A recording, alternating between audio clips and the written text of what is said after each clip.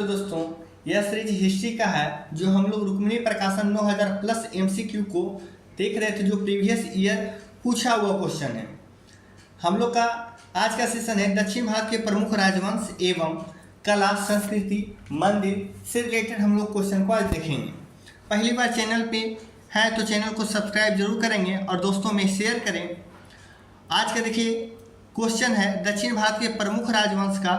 पहला क्वेश्चन है कि किस भारतीय राजा ने पूर्व एशिया के कुछ हिस्सों को जीतने के लिए नौसैनिकों शक्ति का इस्तेमाल किया था, यानी इस्तेमाल या प्रयोग किया था। तो हो जाएगा राजेंद्र चोल ने। अगला क्वेश्चन है कि कौन से चोल राजा ने देखिएगा मालदीव के द्वीपों पर दरियाई विजय प्राप्त किया था। कौन सा दरियाई विजय प्राप्त किया था? तो राजा राज हो जाएगा। अगला क्वेश्चन है कि पल्लव वंश के देखिएगा कौन सा राजा संस्कृत नाटक भी करते थे।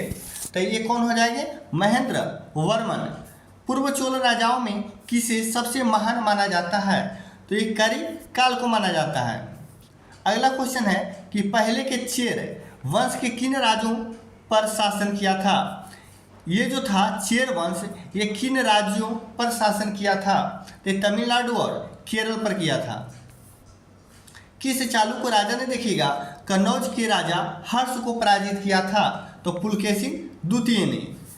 अगला क्वेश्चन है कि निम्नलिखित में से किस राजा ने गंगगोट चोर क्या है पूरम मंदिर का निर्माण करवाया था? देखिएगा गंगेकोट चोलपुरम मंदिर कौन सा है? चोलपुरम मंदिर का निर्माण किसने करवाया था?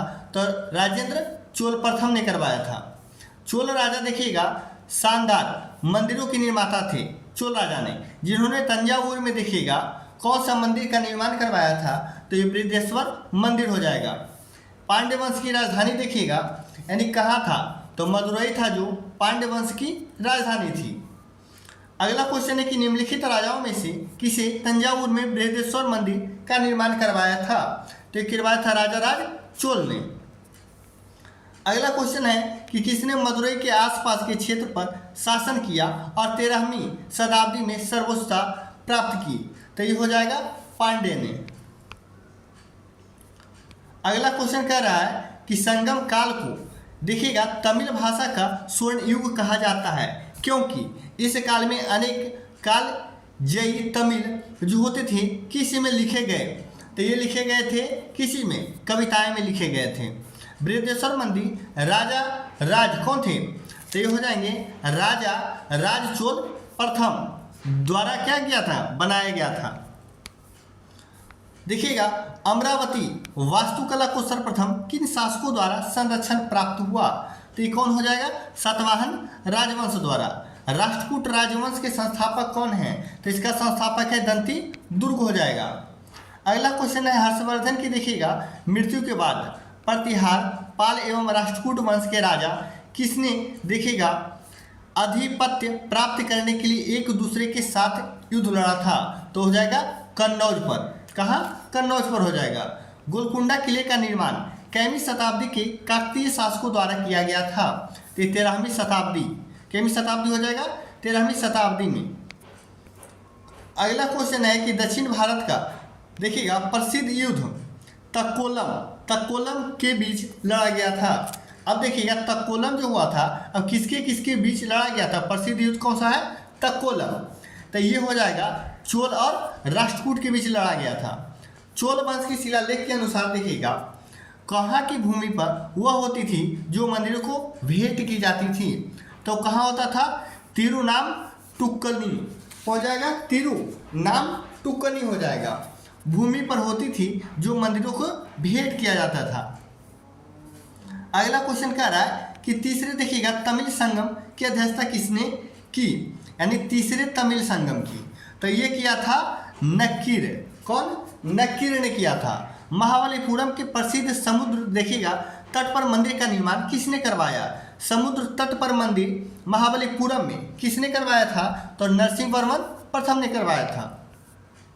अगला क्वेश्चन है वेनिस का एक प्रसिद्ध यात्री कौन था? तो हो जाएगा मार्को पोलो, जो वेनिस का एक प्रसिद्ध यात्री था। अगला क्वेश्चन है 357 कहता है प्रसिद्ध उत्तर मेरु शिलालेख किस राजवंश से संबंधित है? तो ये चोल राजवंश से संबंधित है।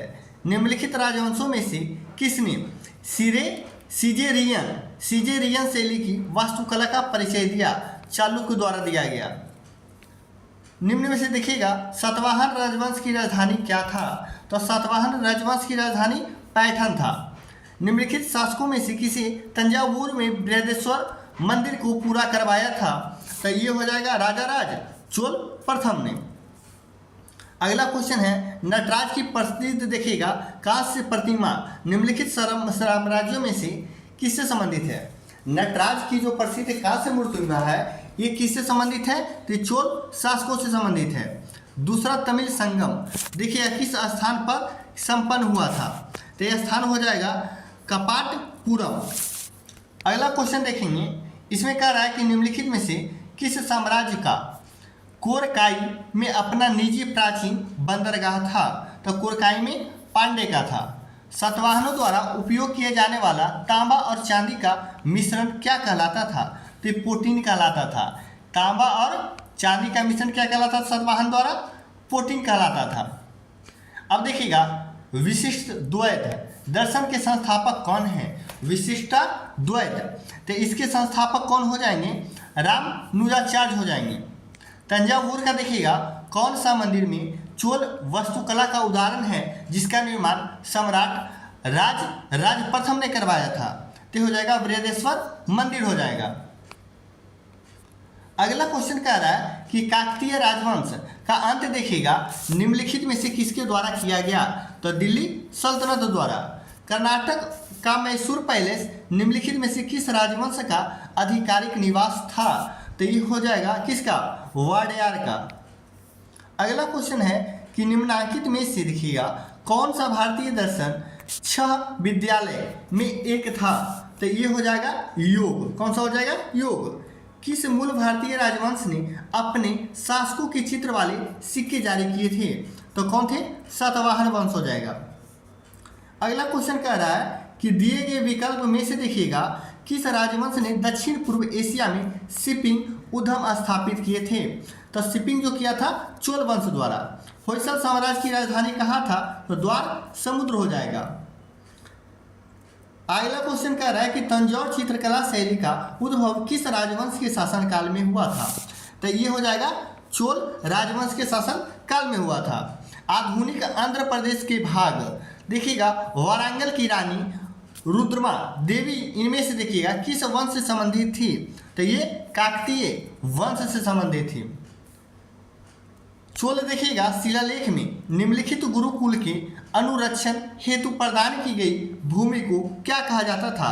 तो इसे किया जाता था शाला भोग कहा जाता था। शाला भोग जो चोल शिलालेखों में गुरुकुल के अनुरक्षण हेतु प्रदान किया जाता था। पुलकेशिन द्वितीय देखिएगा किस राजवंश का सर्वाधिक प्रख्यात शासक था? तो ये चालुक्य वंश का था। अब देखिएगा यहाँ से स्टार्ट हो जाता है कला, संस्कृति और